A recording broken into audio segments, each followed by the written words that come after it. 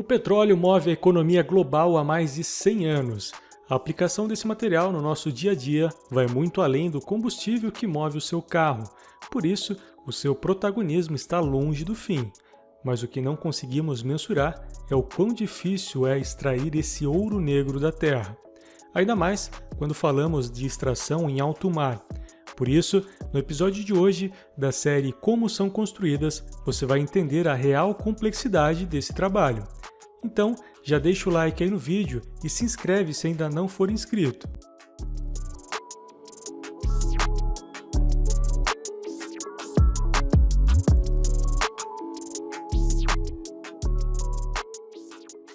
O petróleo há dezenas de anos vem sendo explorado pelo homem. Inicialmente, sua exploração era feita apenas em solo, mas com a crescente demanda pelo produto no início do século XX, empresas começam a romper barreiras em busca desse precioso produto. As primeiras plataformas sobre a água foram construídas sobre o Grande Lago, em Ohio, ainda no final do século XIX, vencendo uma barreira de água de 3 metros de profundidade, que pode parecer pouco nos dias de hoje, onde plataformas chegam a vencer até 3.000 metros de profundidade, mas isso foi um importante passo para a exploração do petróleo. A grande dificuldade de se construir plataformas de petróleo sobre a água do mar é justamente a instabilidade gerada pelas ondas, como no caso da primeira plataforma construída em alto mar, a Grand Oil, construída em 1948. Sua estrutura teve de ser cravada no leito do mar a mais de 80 metros de profundidade, onde 100 pilares metálicos faziam a sustentação da plataforma. Sua estrutura precisava ser extremamente rígida para vencer o poder da água sem se romper.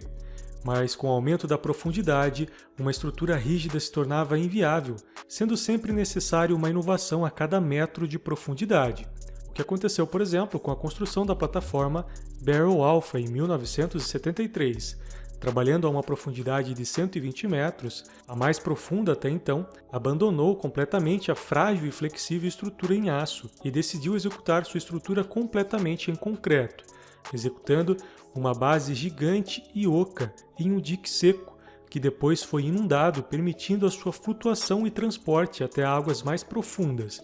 Sobre essa base, 3 enormes pilares começaram a ser construídos com um fluxo contínuo de concretagem, pois não poderia ter emendas entre o concreto já curado e o novo, pois isso geraria uma perda significativa de resistência.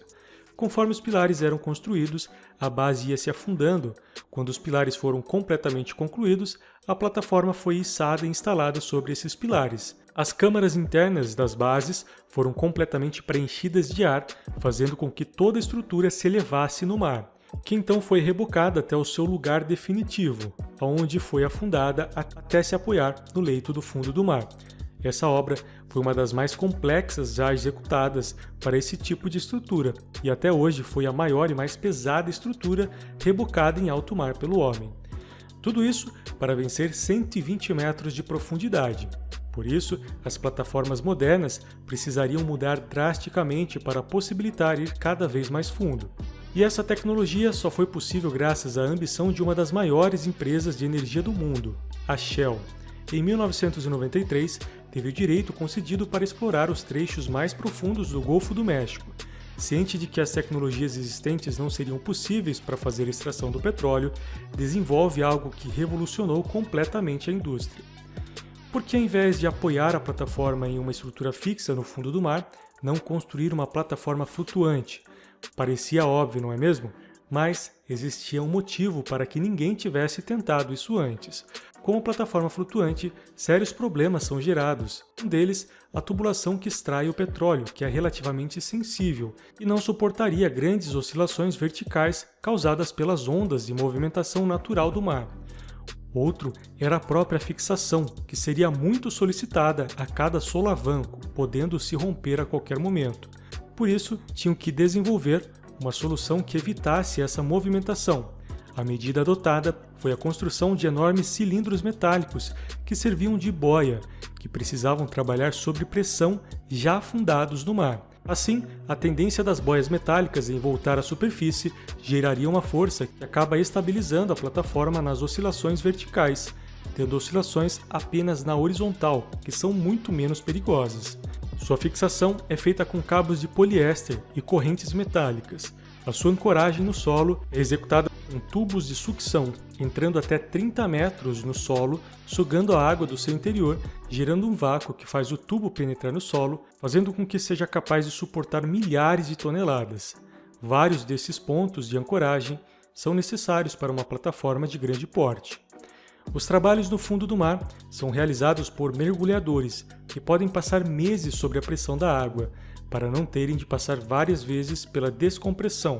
O trabalho de mergulhadores é extremamente perigoso, pois quando se trabalha em grandes profundidades, a pressão exercida no corpo humano deve variar muito lentamente. Caso um mergulhador suba rápido demais à superfície, gases dissolvidos em seu sangue, gerados pela compressão, se expandem muito rapidamente, explodindo em sua corrente sanguínea, o que pode levar ao óbito do mergulhador. Por isso, nas plataformas mais modernas, é comum a utilização de robôs mergulhadores, que auxiliam, por exemplo, guiando os tubos das âncoras de sucção, realizando inspeções ou até mesmo fazendo trabalhos de soldagem das estruturas submersas. Do contrário do que muitos pensam, as plataformas de petróleo não são compostas apenas por um único tubo na vertical extraindo o petróleo ponto a ponto, mas sim se utilizam de um emaranhado de tubulações que, apesar de iniciarem sua penetração na vertical, podem facilmente mudar de direção durante as escavações, sendo guiadas precisamente para diversos bolsões de óleo e gás ao redor da plataforma. As perfurações são executadas com brocas com diâmetros variados, com em média 30 centímetros, capazes de perfurar vários quilômetros de rocha ou até mesmo camadas de sal, como acontece na costa brasileira nos campos do pré-sal, um dos maiores campos de extração de petróleo do mundo. As plataformas de petróleo também correm um enorme risco de incêndio, afinal, o principal objetivo delas é extrair um líquido altamente inflamável da terra. Um incêndio de grandes proporções aconteceu em 1988, na plataforma de Piper Alpha, e em uma estrutura a centenas de quilômetros da costa, que muitas vezes só pode ser acessada por um helicóptero. Uma missão de resgate não é uma tarefa fácil. Nesse acidente, infelizmente 240 pessoas perderam a vida, se tornando o maior desastre do tipo da história. Depois disso, diversos protocolos de segurança para a construção dessas estruturas foram criados, como a pintura especial chamada de intumescente, que quando exposta ao calor se expande violentamente, criando uma camada isolante. Essa pintura é feita nos principais pontos da estrutura da plataforma, assim como nas áreas dos alojamentos dos tripulantes, permitindo um ganho significativo de tempo em situações de incêndio. Além disso, uma parede blindada com enormes chapas metálicas é executada separando a área da extração de petróleo, o ponto mais perigoso da plataforma, do restante da estrutura, para que em caso de explosões, a onda de choque seja absorvida antes de atingir a tripulação da plataforma. A plataforma de petróleo mais profunda do planeta é a plataforma de Perdido, no Golfo do México, que está sob uma lâmina d'água de 2.500 metros e extrai petróleo e gás de uma profundidade de 3.000 metros. Mas isso nós podemos falar num episódio específico da história das estruturas. Hoje no Brasil, empresas criam novas tecnologias para explorar uma profundidade de até 8.000 metros, sendo 2.000 metros de lâmina d'água e 6.000 metros no subsolo, nos campos de petróleo da camada do pré-sal, que se estende do litoral do Espírito Santo a Santa Catarina, o que coloca a tecnologia brasileira na vanguarda da exploração do petróleo. O vídeo de hoje é isso. Se você gostou, deixa o like e se inscreve no canal se ainda não for inscrito. E me diz aí nos comentários o que você quer ver no próximo episódio da série Como São Construídas. Valeu e até o próximo vídeo.